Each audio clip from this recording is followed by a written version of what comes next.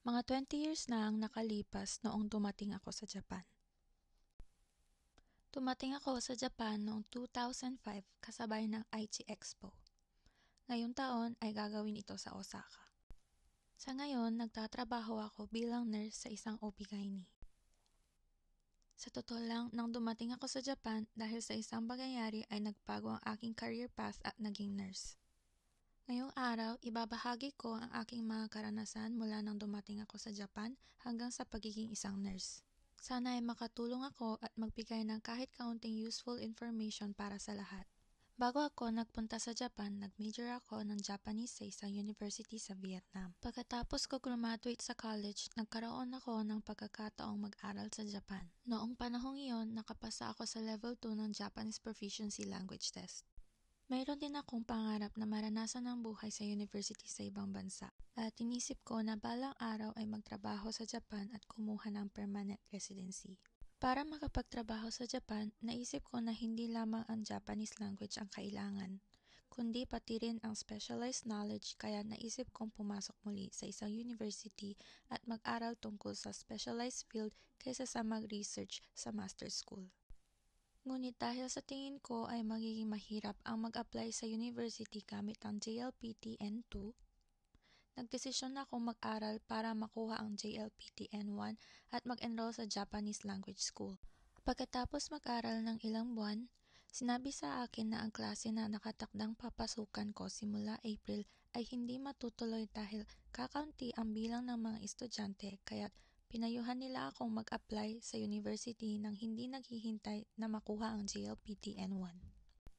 Mabilis kong hinanap ang university at nag-apply sa entrance exam. Mayroong scholarship para sa mga international students at nakakita ako ng university na maaari akong mag-aral ng information systems sa liberal arts. Nang ako ay nasa third year sa university, nagkaroon ng Lehman shock at inaasahan na magiging mahirap sa akin ang makahanap ng trabaho dahil sa epekto nito.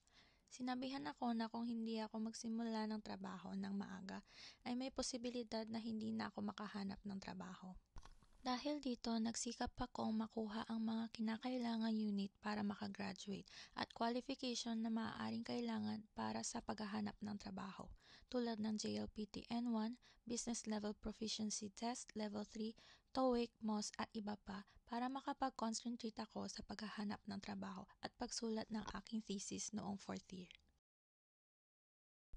Pagkatapos ng 3rd year sa university na magsisimula na ako maghanap ng trabaho, ang aking tatay ay biglang namatay dahil sa isang heart attack, kaya kailangan kong bumalik pansamantala sa Vietnam. Nasa Vietnam ako ng mga 3 buwan dahil sa family matter. Pagbalik ko sa Japan, ang mga kaklase ko ay abala na sa paghahanap ng trabaho at may ilan na nakatanggap na ng mga job offers. Dahil sa epekto ng Lehman shock, may mga kaso na nakansela ang job offers, kaya hindi naging kampante ang iba sa iisang kumpanya at nagpatuloy pa rin sa paghahanap ng trabaho.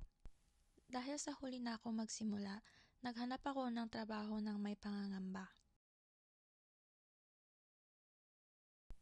Pumunta ako sa maraming orientation ng mga kumpanya, nag-apply, nag-exam at paulit-ulit na tinanggihan. Sa tuwing nabibigo ako, lalo akong nawawalan ng tiwala sa sarili. Dahil rin sa mga usapin sa visa, nararamdaman ko ang pressure na kailangan kong maghanap ng trabaho. Napakahirap ng panahon noon.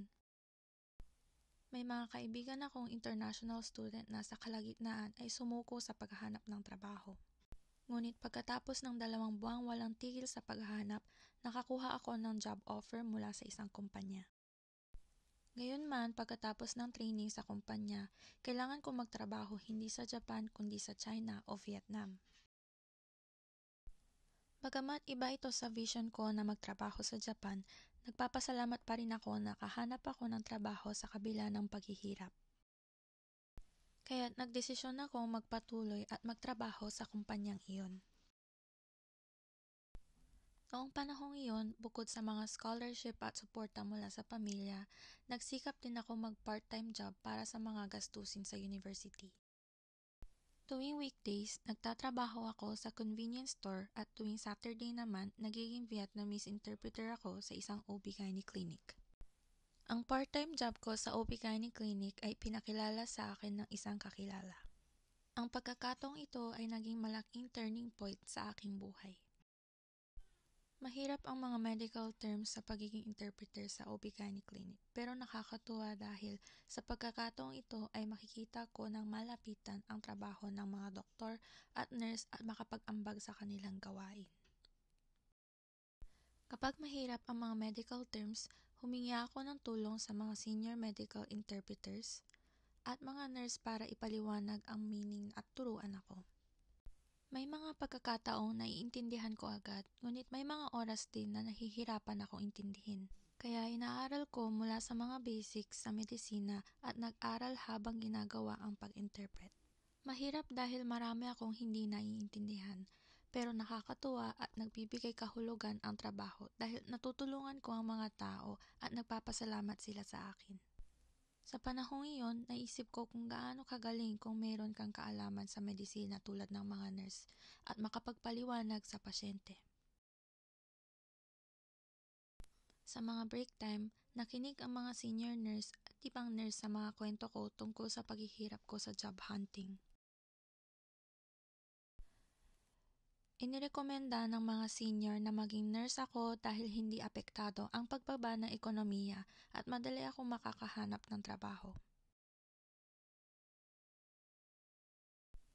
Kailangan ng 3 taon na pag-aaral sa nursing school para maging nurse. Sa loob ng 3 taon, 1 taon ang practical training sa ospital. Pagkatapos, kailangan lang pumasa sa pagsusulit para makuha ang lisensya bilang nurse. Humahanga ako sa pagiging nurse, ngunit matapos makapag-aral sa Vietnam at Japan ng 2 beses, naisip kong magtrabaho na para matulungan ang mga magulang ko. Marami kaming pinag-usapan ng nanay ko tungkol sa visa at mga plano ko. Hindi kami mayaman pero sinabi niyang susuportahan niya ako kung gusto kong mag-aral ng nursing. Walang hanggang pasasalamat ang nararamdaman ko sa nanay ko dahil palagi siyang nasa aking panig at laging sumusuporta sa akin. Matapos mag-isip ng mabuti kung magtatrabaho o mag-aaral pa ulit, napagpasyahan kong maging nurse. Sa kabutihang palad, pumasok ako sa City Nursing School at nagsimula muli bilang isang nursing student. Mahirap ang pag-aaral sa nursing school. Araw-araw ay may bagong kaalaman at maraming pagsusulit. Pinilit kong tapusin ang bawat gawain ng maayos at unti-unting nakasabay sa mga kaklase ko. Mas mahirap pa ang 1 taon na practical training.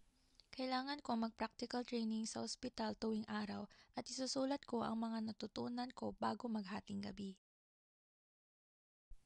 Kaya't umaabot ako ng 1 to 2 a.m. araw-araw. Pagdating ng huling bahagi ng practical training, madalas akong magpuyat. Talagang mahirap pero punong-puno ng mga makabuluhang araw ang mga ito. Matapos ang mahirap na practical training, dumating na ang pinakamahalagang parte nito, ang national exam. Kung hindi ako pumasa, hindi ko makukuha ang lisensya, hindi makakapagtrabaho at kakailanganin kong umuwi. Iniisip ko na mawawala ang lahat ng pinagsikapan ko kaya't nag-aral ako ng buong puso at ito ang pinakamatinding pag-aaral sa buhay ko. Nang makita ko na pumasa ako sa nursing national exam, sobrang ginhawa ko at hindi ko napigilan ang pagluha. Sa wakas, natupad ko na ang aking pangarap. Pagkatapos maging nurse, nagtrabaho ako sa isang general hospital ng 2 taon at bumalik sa OB/GYN clinic bilang nurse at medical interpreter. Ngayon, 10 taon na akong nagtatrabaho sa parehong larangan. Tinutulungan ko hindi lang ang mga Hapon kundi pati ang mga Vietnamese na walang kaalaman sa Japanese sa pagbubuntis at manganak ng maayos nang walang aalahanin sa Japan. Matagal bago akong naging nurse pero sa ngayon, natutuwa ako pinili ko ang landas ng nursing.